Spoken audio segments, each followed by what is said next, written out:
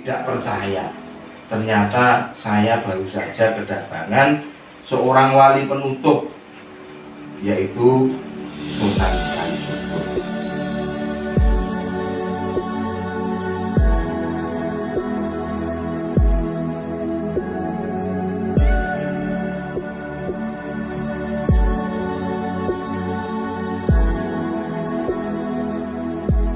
Assalamualaikum warahmatullahi wabarakatuh. Selamat berjumpa lagi dengan channel kesayangan kita, channel Pak Tembayatan. Ini adalah sarana kita membahas sejarah dan hal-hal yang berkaitan sebagai sarana ngrekso bumi Sunan lan Pandhita. Pada video terdahulu telah kita sajikan yaitu sejarah Bapak Tembayat dan sampai pada foto ke-19.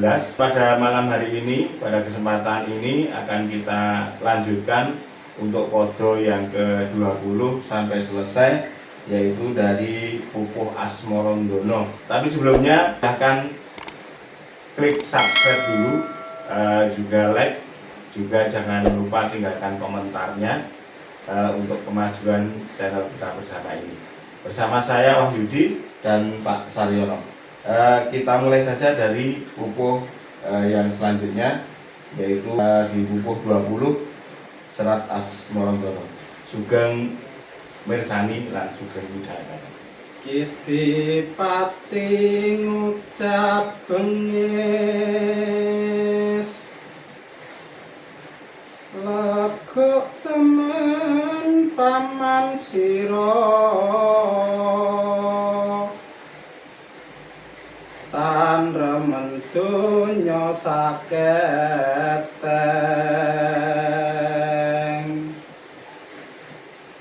iku gempalane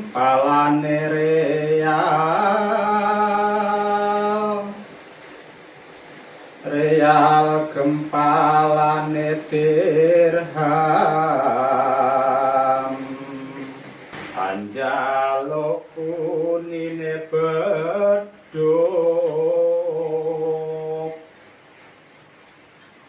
beduk mangsa leodinar,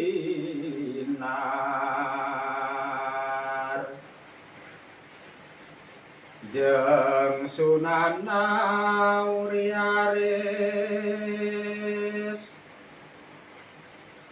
Kyai sampun mangkono,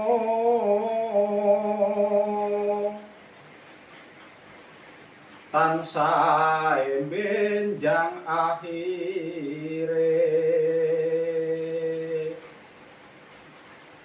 sampun mangiran ing donya, donya dados brahala,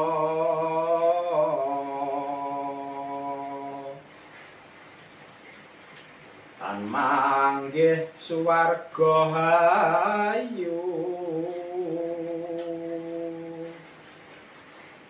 yen mangeran mring brahala,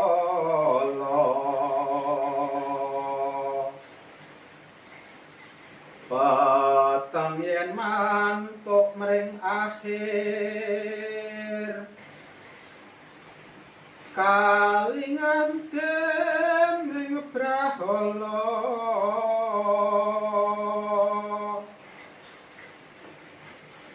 tan eling swarga mulyane, Kyai jeneng kawula,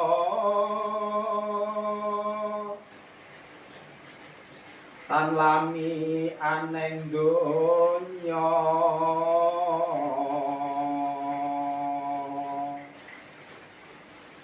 ing tembetan wande mantuk, dateng jaman rahmating yuang, kawula boten kepengin sugih donya kados ndika,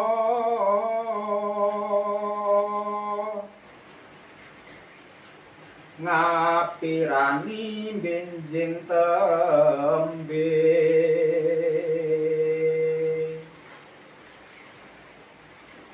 donya tan tumut mring swarga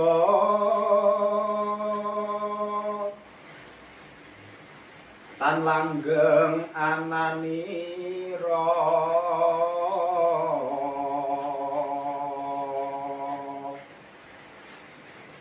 yen mantuk mring swarga yu lamine tan kengengetang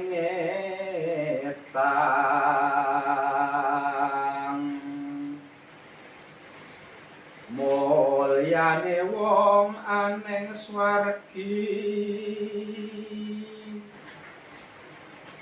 barang cinep topan ana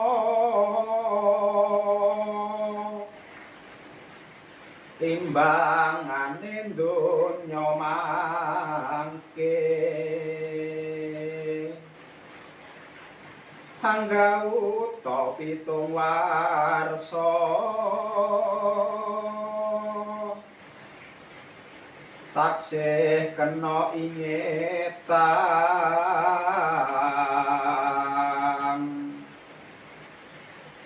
wong mantuk neng swarga agung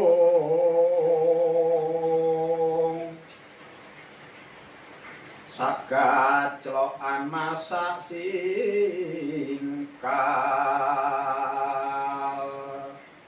Jadi di podo yang berikut ini masih melanjutkan dari kisah pertemuan di Adipati Semarang yang waktu itu dirawui oleh Sunan Kalijogo yang waktu itu mego utawi mengemis dalam tanda kutip kepada Ki Adipati Semarang yang waktu itu oleh Ki Adipati Semarang diberi uang tapi tidak diterima oleh Sunan Kalijogo. Pangandikanipun Ki Adipati Semarang, sombong sekali kamu pengemis dikasih uang 1 keteng itu bagian 1 real itu juga bagian dari dirham, tapi kok hanya meminta suara beduk. Apakah beduk itu bisa menjadikan dinar, bisa menjadikan uang, bisa menjadikan kekayaan?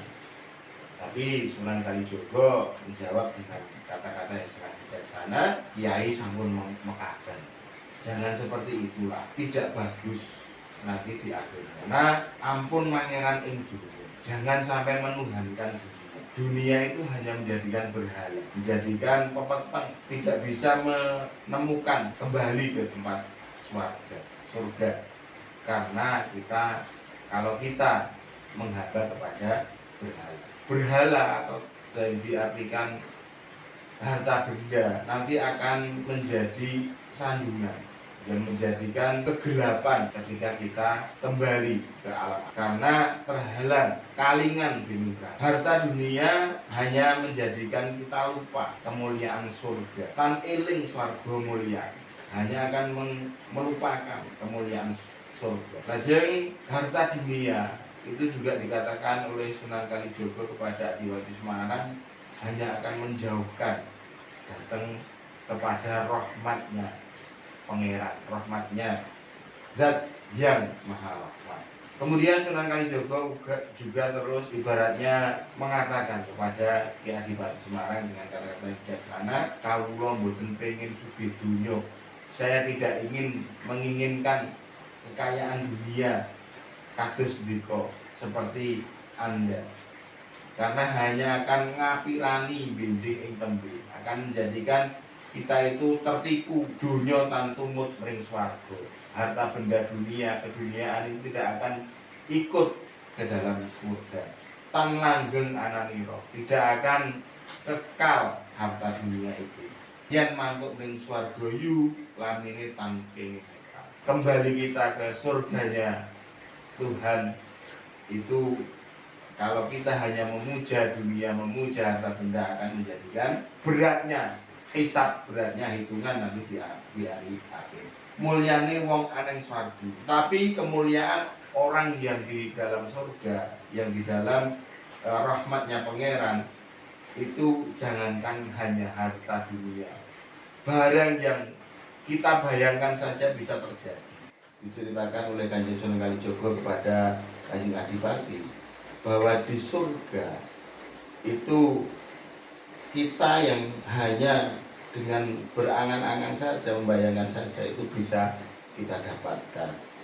Digambarkan oleh Kanjeng Sunan, bahkan hanya dengan sak gaclokan saja kita bisa mendapatkan emas sak sikal. Hanya dengan satu cangkulan saja bisa mendapatkan emas satu sikal. Dalam artian apa? Di surga itu semua sudah disediakan dengan tanpa bersusah payah. Mungkin demikian, bisa dilanjutkan untuk foto yang berikutnya. Kitipati mesem angling hangge tebus paman sira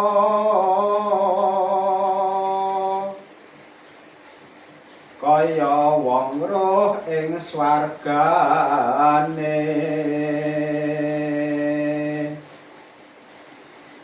yen weruh paman sira mangsa dolalang-alang lan mangsa ngemisa bedhug pasti krasan aneng swarga. Jeng Sunan manebda aris yen manira remen donya tan usah rerawat engong angeduk mangsa suweya ngambil emas sak singkal.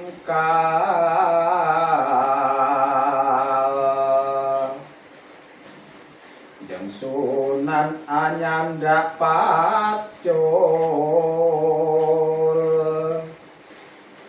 marang latar macul lemah sagaclokan wus kaeksi mas puton genge sak singkal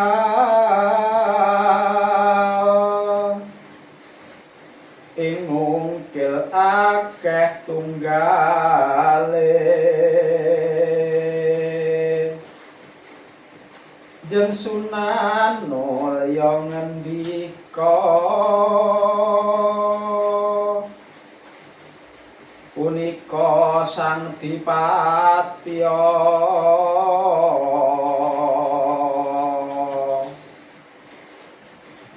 warnane mas ing swarga gung kang pinaringken mring wang. Setelah Ki Adipati Semarang diberikan wejangan mengenai keadaan surga yang di situ dijelaskan tidak usah berusaha payah seperti halnya di dunia untuk mendapatkan harta benda dengan susah payah. Itu dijawab oleh Adipati Semarang itu dengan nada agak sombong dan agak merendahkan. Anggedebus paman sira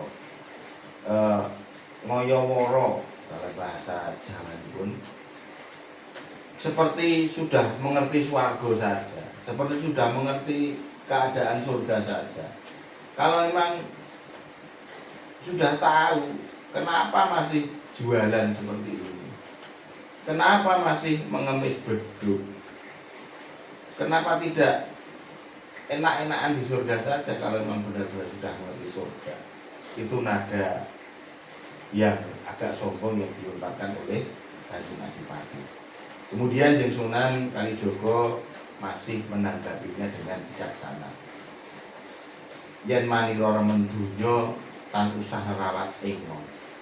Kalau saya menginginkan harta dunia, saya tidak seperti Anda, tidak seperti jenengan harus bersusah payah. Angeduk mongso suweyo. Saya itu hanya ngeduk saja, tidak lama-lama pasti saya bisa mengambil emas sak singkal.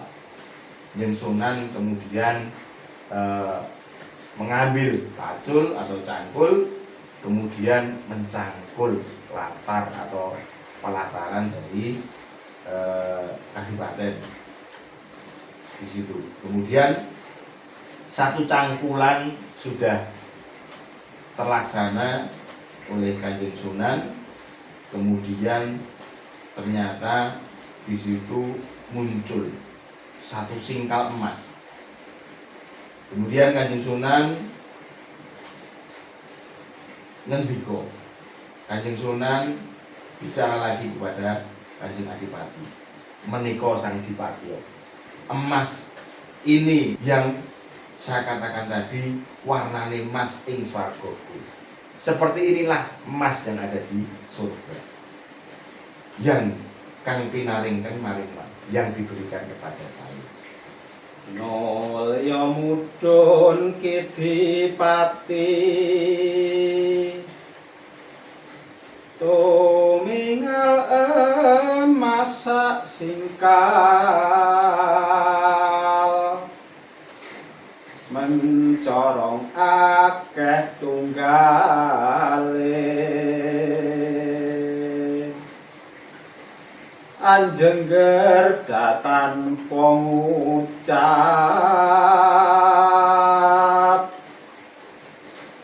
manae jrih kalintang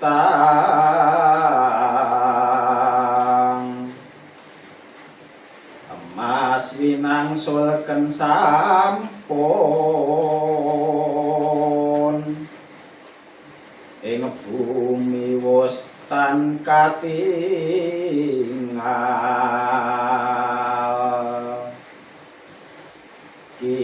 Kedipati ajrih asih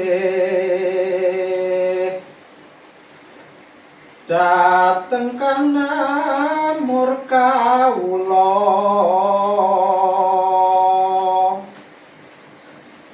nulya jinandak astane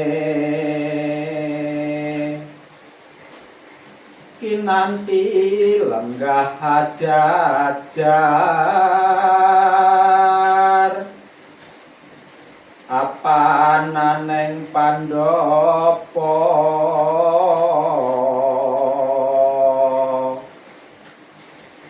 angrerepa wuwusipun Kedipati tata krama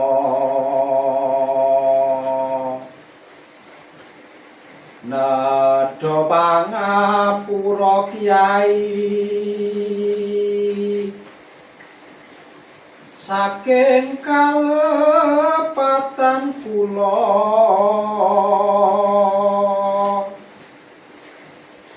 saklangkung mina samine mangke Kyai tur kawula asrahe ngajiwaraga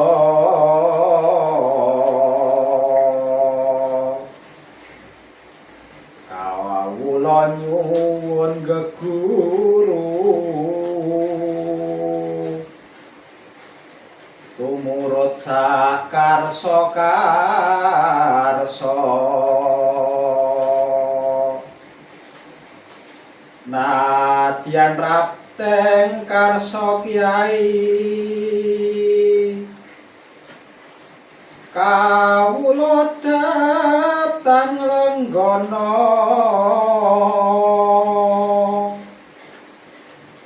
punapa tuan karsane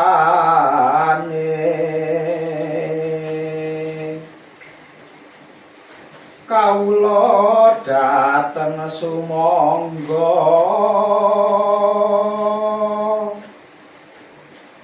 nggih nunten kawejang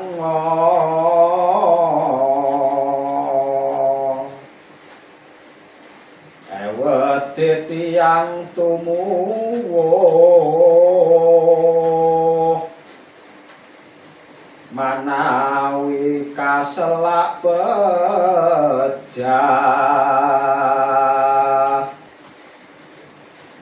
Sunan Kalinulya angling lamun temen tinemenan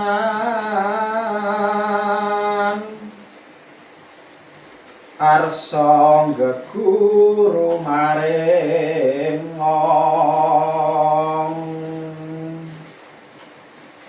manira nedha pratandha tandane puruhita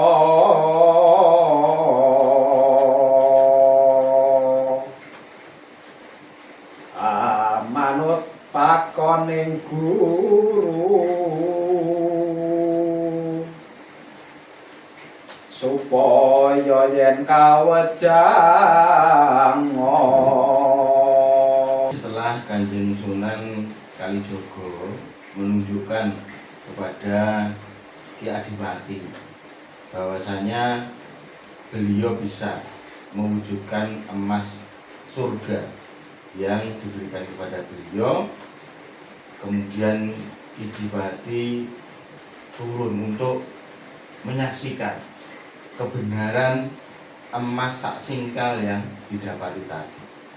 Dan anjingir dan tanpa ngucap termangu-mangu beliau Ki Adipati Semarang karena melihat ternyata banyak sekali emas yang berada di bekas cangkulan Sunan Kalijaga tadi. Tapi kemudian emas winangsulken sampun, emas dikembalikan lagi, dikubur lagi oleh Sunan Kalijaga ing bumi wis katingal, dikembalikan ke bumi dan akhirnya tidak kelihatan lagi. Pada saat itu pula Ki Adipati Semarang ketakutan, ajrih asih datang Kang Anamur Kawula kepada apa yang baru saja beliau saksikan. Kemudian serta merta Ki Adipati Semarang nyandak astanipun Kanjeng Sunan Kalijaga, menyambut tangan beliau, kemudian beliau angarpa wusipun. Lajeng Ki Adipati berbicara agak sopan.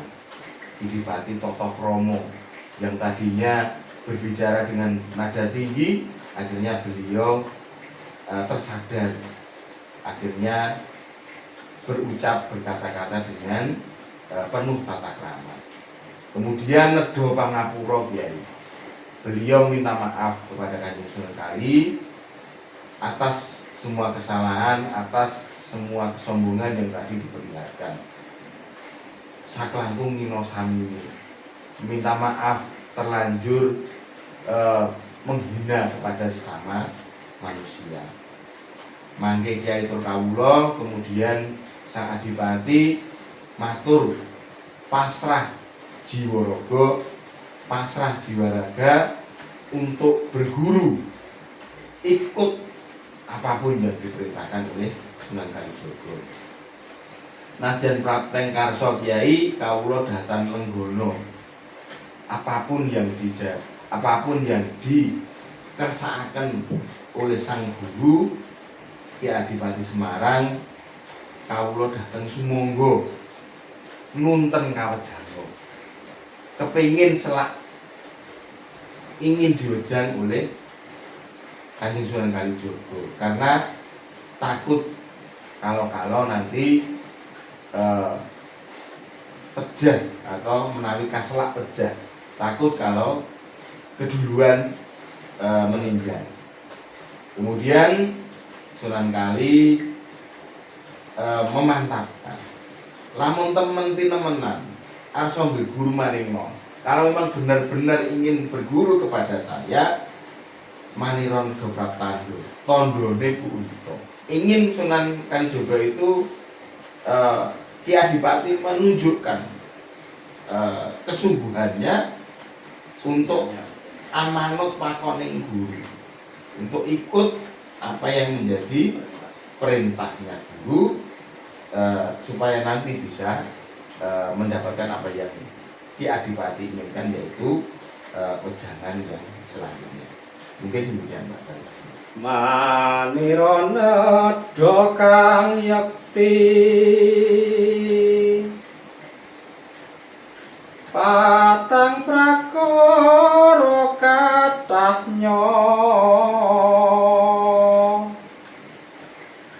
ngibadah salawase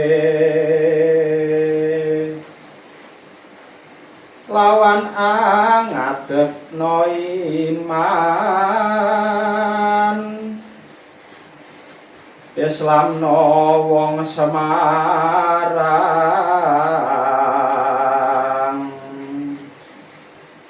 nginguwa santri lan kaum karya bedhug lan langgar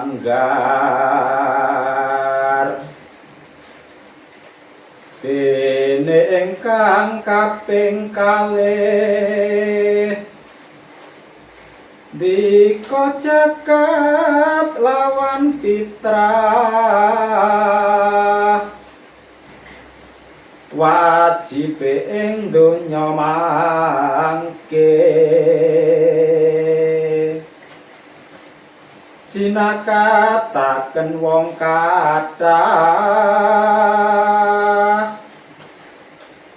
ajine den murwata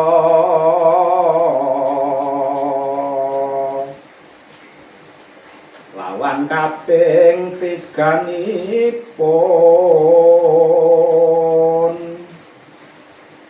wajibe wong puruhita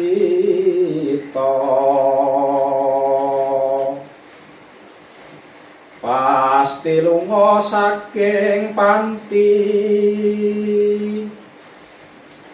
anuntumaken bedhian marang wismane gurune lamun temen puruhita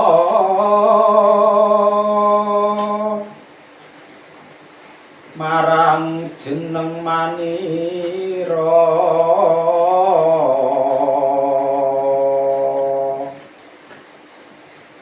andika nusul maring sun wisma kula ing Jabal Kat. Seperti yang Kanjeng Sunan Kalijaga tadi perintahkan di babak sebelumnya adalah kalau memang benar-benar ingin berguru, maka diwajibkan amanut pakoning guru. Di antaranya yang pertama adalah di sini disebutkan untuk mewujudkan 4 perkara banyaknya. Yang pertama adalah untuk beribadah, ibadah selawase, untuk beribadah seumur hidup.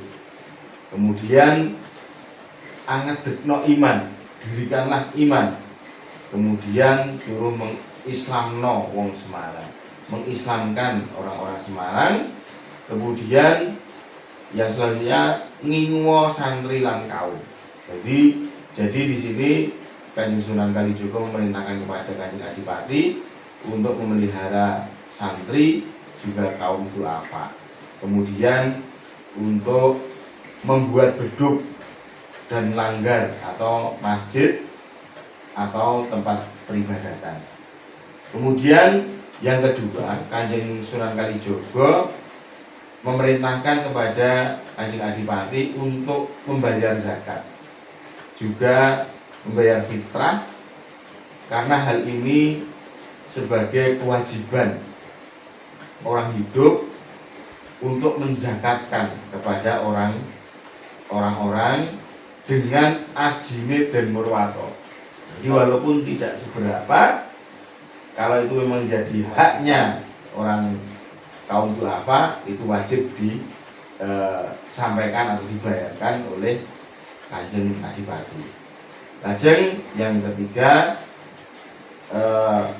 diterangkan oleh Sunan Kali bahwa wajibnya orang yang puruhito itu pasti pergi dari panti, pergi dari rumahnya untuk ngudi berguru kepada sang sumber ilmu, anu untuk makan bedian, kemudian menghidupkan lentera kepada rumah guru. Kalau memang benar-benar ingin puruhito,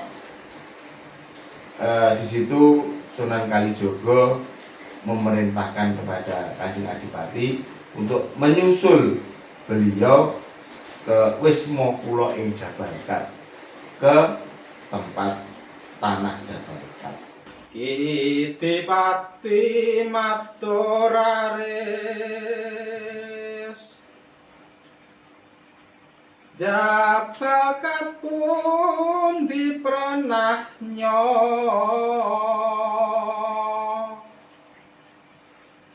ya tuan sinten asmane Kanjeng Sunan ngandika ing tanah Tembayat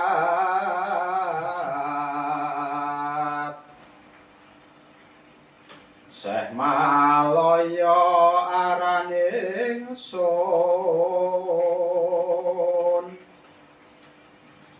Kanjeng Sunan Sarya Kesah Tangking dipun tututi sakedhap tumulya sirna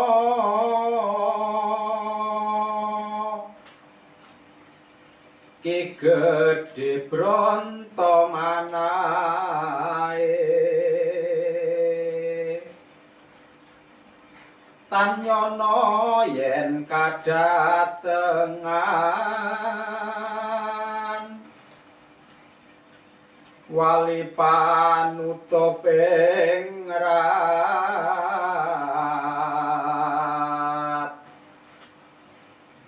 Ki Gedhe tumulya nusul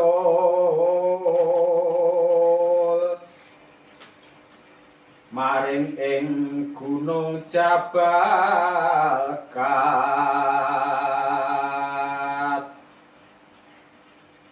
Ki Gedhe pamit ing Rabi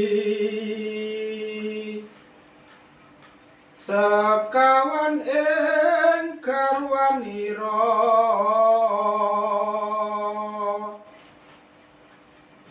tur sami kathah putrane sami ayu warnanira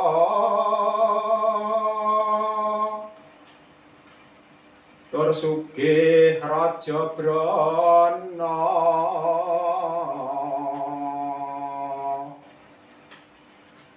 sami anake tumenggung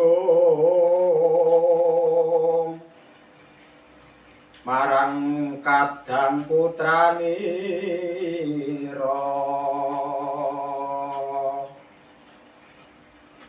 Gung Raja Brana winaris marang anak putunira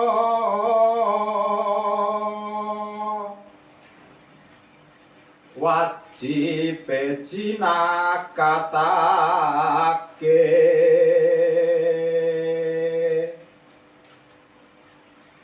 marang santri lan kasihan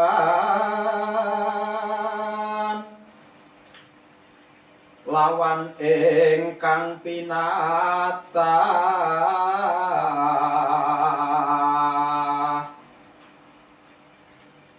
rumeksa ing nagrinipun ageng alit wus kawratan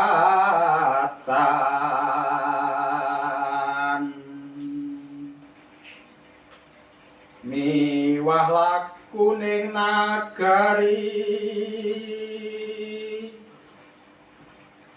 kinotongan Raja Brana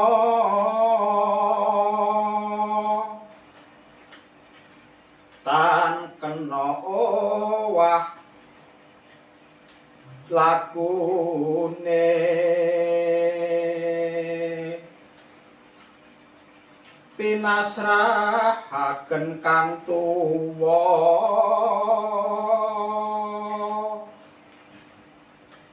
tertibe kang nagara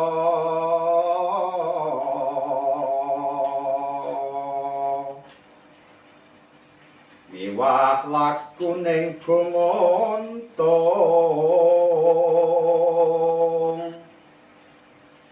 pansami pinatah patah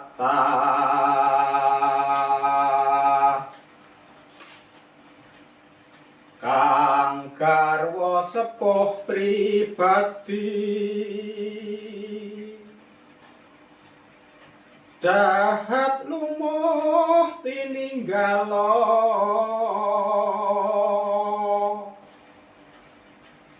kedah lumuh ing lampahe melas arsa aturira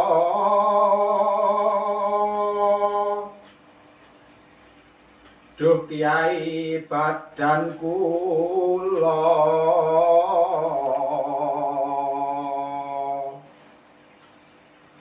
pejah gesang kula tumut ing donya prapteng delahan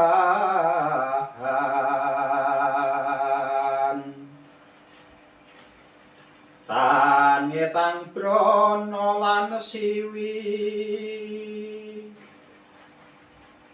mung nedya nunggil panuksma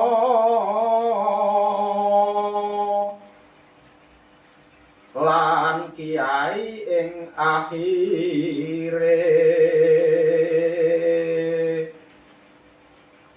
swarga neraka sampun pisah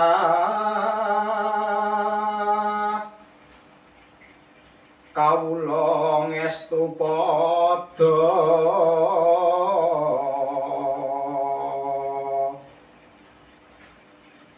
gedhe alon amuwus ya dadi kantine wang. Jadi setelah Ki Adipati Semarang tadi bersumpah setia ingin berguru kepada Sunan Kalijaga, ada 3 persyaratan yang perlu dilakukan oleh Kanjeng Adipati, yang 3 diantaranya yang terakhir adalah beliau kadaluan untuk kejabalkan. Kemudian tidak Ki Adipati itu bertanya kepada Sunan Kali, Jabalkat itu di mana? Kemudian Kanjeng Sunan itu memberitahu bahwa Tembayat tempatnya, dan nanti setelah sampai di sana bisa mencari namaku, yaitu Syekh Maloyo, yang menjadi nama beliau Kanjeng Sunan. Berkata demikian sambil Sunan Kalijaga pergi meninggalkan Ki Adipati, dan secepat itu kepergian beliau tidak bisa tan kenging dipun tutupi, tidak bisa diikuti. Kemudian hanya sekejap mata beliau sirna dari pandangan mata. Kemudian Ki Adipati Semarang itu berontok manahipun, sedih, kemudian masih tidak percaya. Ternyata saya baru saja kedatangan seorang wali penutup, yaitu Sunan Kalijogo. Beliau tersadar, kemudian beliau serta-merta berpamitan kepada para istrinya, kepada semua putra-putranya, bahwasanya 4 dari semua istrinya itu semua dipamiti. Kemudian harta benda yang secara hukum waris itu sudah di pondok-pondok cara Jawanipun itu untuk dibagikan kepada para putranya. Cuman saja sesuai dawuh Sunan Kalijogo, yang sebagian wajib untuk dijakatkan juga sudah dijakatkan.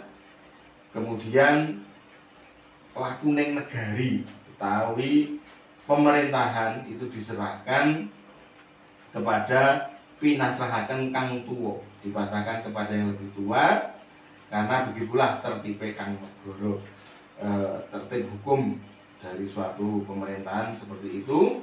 Kemudian istri yang tertua itu tidak ingin ditinggal. Beliau ngendikan kepada Ki Adipati, "Duh Kiai, badan kula pecah gesang kula tumut."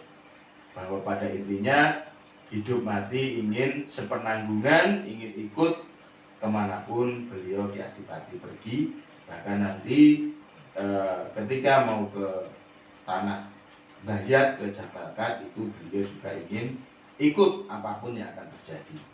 Tangetang Brono lan Siwi, tidak memperdulikan harta benda dan anak keturunannya. Yang dia inginkan hanya swarga neraka ampun pisan. Apapun yang terjadi pokoknya ingin ikut tanpa ingin berpisah. Kawula ngestu padha, hanya ingin berbakti kepada suaminya. Kemudian akhirnya Ki Pandalaran atau Ki Adipati muwus, ya sudahlah kalau begitu, dadiya Kantining Wan. Akhirnya diperbolehkan untuk menjadi Kantining Wan, menjadi sahabat perjalanan ketika ingin menuju ke Bayat. Mungkin sampai di situ dulu Pak Sari untuk kisah pertemuan antara Sunan Kalijogo dengan Ki Adipati Semarang, yang nantinya itu akan kita bahas juga bagaimana perjalanan dari Semarang sampai Bayat.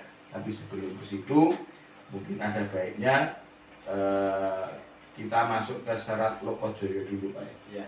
Ya. Karena di Surat Lokojoyo itu juga menceritakan kejadian, ya, peristiwa di Semarang antara Ki Ageng Pandanaran dengan Kanjeng Sunan Kalijogo. Oh, gitu. Jadi sebelum beliau itu pergi ke Bayat, ke Jabakat, itu di Semarang sudah diwejar, maksudnya sudah menerima ajaran dari Kanjeng Sunan Kalijogo. Nanti untuk yang berikutnya kita bahas dulu yang kita masuk ke Serat Lokojoyo dulu, sebelum nanti kita lanjutkan ke Serat Babat Bayat lagi. Berarti pada intinya bahwasanya bahwa sejarah Sunan Pandanaran sebelum berjalan ke Bayat, beliau di Semarang itu kita referensinya satunya tadi yang kita baca dari Bapak Tembayat yang kemarin juga sudah kita baca. Ternyata masih ada lagi satu referensi dari Serat Lokojoyo yang intinya saling melengkapi, bahwasanya memang seperti yang diaturkan Pak Saryono tadi, bahwa memang sebelum beliau itu berangkat ke Jabakat, sebelum ke Bayat, itu memang sudah ada pertemuan-pertemuan yang antara Sunan Kalijogo dengan Adipati Semarang, yang ternyata referensinya tidak hanya satu, di Serat Lokojoyo juga ada. Mungkin langsung saja atau kita bahas di episode berikutnya? Kita bahas di episode berikutnya saja. Oke pemirsa, mungkin itu dulu video kali ini yang bisa kami persembahkan untuk para pemirsa. Mudah-mudahan bisa membuka wawasan cakrawala baru, sejarah yang seperti apa sebetulnya Sunan Pandanaran itu sebelum beliau berangkat ke Tanah Bayat. Mungkin bisa membuka wawasan kita semua sehingga kita tahu sejarah yang sebenarnya seperti apa, dan ini adalah referensi yang tercatat, yang tentu saja bisa dipertanggungjawabkan, tidak hanya sekedar cerita ngoyo-woro jari ini, tapi ini memang referensi. Ya pemirsa, mungkin ini dulu video pada kesempatan kali ini. Nantikan video berikutnya yang akan kita bahas dari referensi dari Serat Lokojoyo. Demikian, salam saking bumi Tembayat, Rahayu Tembayatku, Rahayu NKRI ku, salam tentrem Rahayu. Assalamualaikum warahmatullahi wabarakatuh.